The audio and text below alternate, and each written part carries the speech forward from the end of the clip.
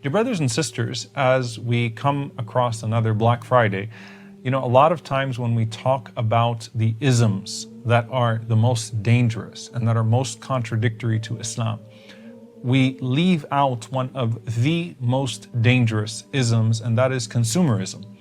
And subhanAllah, as you think about consumerism, you probably think, well, all it is maybe splurging a bit. All it is maybe going online and trying to find the best deal on that next product.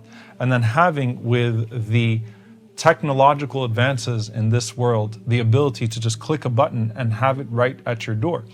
Maybe that's what you think about. But there is a failure to calculate the dangers of consumerism as it relates to our spirituality, and that's what I wanted to speak about today. Allah subhanahu wa ta'ala uses the terms of buying and selling, of trade, to refer to our transaction that we have made with Him in entering into Islam throughout the Quran, right? So Allah subhanahu wa ta'ala, as He speaks about those who have purchased, أُولَٰئِكَ الَّذِينَ اشْتَرَوُا الضَّلَالَةَ بِالْهُدَى. There are those that have purchased misguidance using the currency of guidance. And sometimes you have to visualize. Imagine a person walking into the marketplace of this world and they purchase dalala, they purchase misguidance. And what do they purchase it with? Guidance. And you might think to yourself, well, who actually does that? Well, when a person goes to a place or puts themselves in a compromising situation, and in the process they compromise their Islam, and they instead have an intake of something other than al-Islam, they are purchasing misguidance for guidance. And you see this, subhanAllah, especially where you'll find people that will sell their religion for so cheap.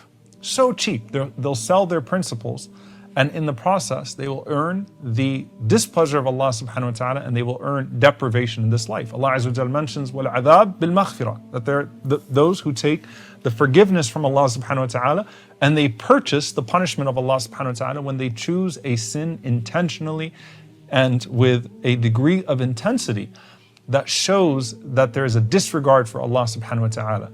Or when Allah subhanahu wa ta'ala mentions al-hayat dunya bil-akhirah, right? There are those that purchase this world, and what they put in that purchase, what they enter as currency, is everything that Allah subhanahu wa ta'ala has promised of Jannah.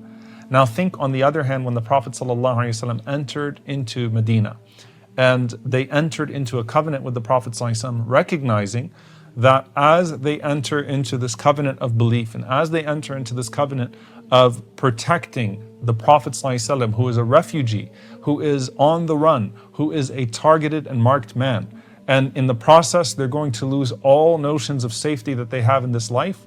When they asked the Prophet ﷺ what they get back in return, he said, Al-Jannah, and they responded and said, Rabih al-Bay', that it is a profitable transaction. Allah Azza wa Jalla says, Inna Allah ashtara min al-mu'minina anfusahum wa amwalahum bi anna lahum al-jannah. Allah has purchased the believers, their selves and their wealth, and as a result, they have Jannah. So Allah uses these terms of trade constantly to say that we are in a transaction with Allah subhanahu wa ta'ala, and a believer has to see themselves as trying to purchase more and more and more of Jannah, more and more of Allah's pleasure. So think about it on the other side. How do I purchase guidance? How do I purchase Allah's forgiveness? How do I purchase the akhirah instead? What's the currency that is required so that I could purchase those things constantly and seek more and more and more? Because just like if you had unlimited wealth and you had no principles governing that, you'd never run out of things to go buy online, right? And to Allah belongs the greatest example. There is no shortage of real estate in Jannah, and there is no shortage of currency to attain that real estate and to attain Allah subhanahu wa ta'ala's pleasure. And Allah Azza wa Jal wants you to orient yourself in a different way towards where you are seeking more and more and more of what Allah subhanahu wa ta'ala has put in front of you. And this life, where a person feels like, you know what, I can purchase my happiness, or I am entitled. You'll find that many of those who speak about the philosophy of consumerism will say that there's an entitlement to gratification. I deserve, by virtue of having this money, I deserve to be treated in a certain way. I deserve to have access to certain things, and therefore I will purchase and buy and buy and buy. And maybe I'm not thinking about what that could actually lead me to, and what harm that could actually cause to myself and to other than myself. And subhanAllah, you'll find that Allah Azza wa Jalla uses the word israf, wastefulness. Wastefulness in terms of extravagance of purchase, and wastefulness in terms of sins. Allah Azza wa Jalla mentions, قُلْ يَا عِبَادِيَ الَّذِينَ أَسْرَفُوا عَلَىٰ أَنفُسِهِمْ لَا تَقْنَطُوا مِنْ رَحْمَةِ اللَّهِ. Allah subhanahu wa ta'ala mentions that there is a notion of those who waste away in sin. And in that process, they are extravagant with themselves. They're extravagant with the sins that have been put in front of them. There's also a notion of the ethics of consumerism, the ethics of what you purchase. And subhanAllah, what you'll find is that there are unethical purchases and there are unethical pursuits of purchase. What does that mean? You go and you tell someone to boycott something for the sake of Allah subhanahu wa ta'ala. Right now, there is the boycotting of the products that benefit the Zionist occupation of Palestine. Someone's like, yeah, but at the same time, like, I'm going to have to sacrifice my comfort. I'm going to have to sacrifice this drink that I really love. I'm going to have to sacrifice this thing that I really love watching. I'm going to have to sacrifice this thing that, I'm enjoying wearing, whatever it may be. And you think about the message that you are sending, right? Clearly in that there is a diminishing of your spirituality in the process. And if you want to get even bigger in terms of ethical consumerism, think about the Uyghurs and those that are being enslaved by the Chinese at this point, and what they're being put through in their slave factories to make the clothes that we wear and to put forth the items that we consume regularly, right? If a person becomes accustomed to israf, if a person becomes accustomed to wastefulness and extravagance, then they might find themselves in a situation where they just don't care anymore. And in the process, you are becoming a monster. At the same time, so there's unethical purchase, there's unethical pursuit, and what you're going to do to reach those things. And when we talk about the love of this world, a person can find themselves in a situation where if they fall in love with the dunya too much, then what they're going to do is they're going to use everything that they have in front of them to reach that thing. And so first, it's an uncontrollable desire. And then, you know what? I really want this, and so I'll engage in a riba. I'll engage in interest and usury. And what's the big deal if I engage in interest and usury? Because I really want this thing, and you know what? It's okay. There are other sins in Islam. Interest is not the only sin in Islam.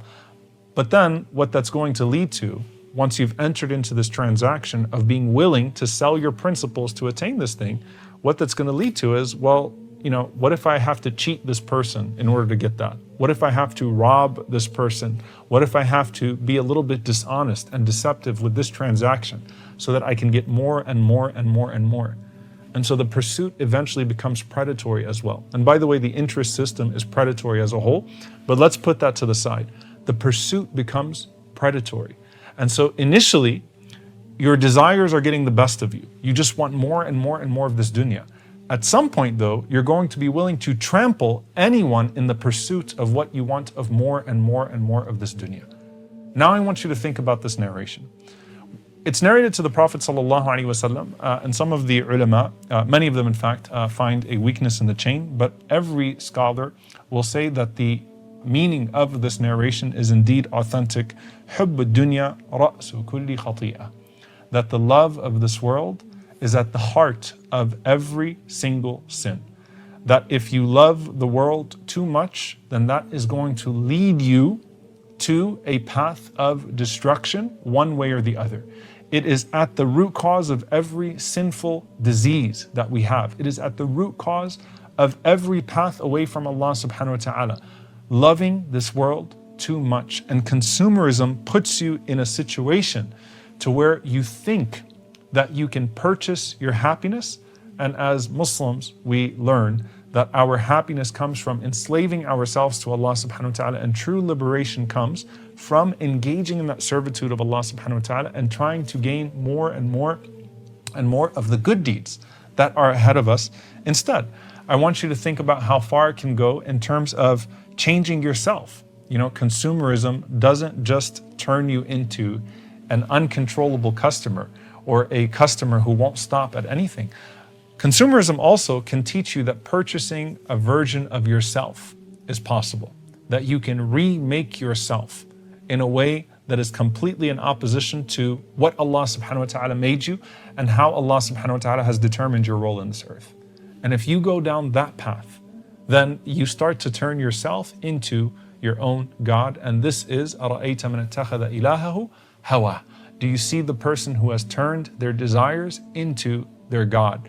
Your idol actually becomes yourself. And so do you means buy you, means spend money so that you can become the version of you that you want to be. Forget about everyone else in the process. Forget about the effect that's going to have on society. Forget about the effect that's going to have on your hereafter.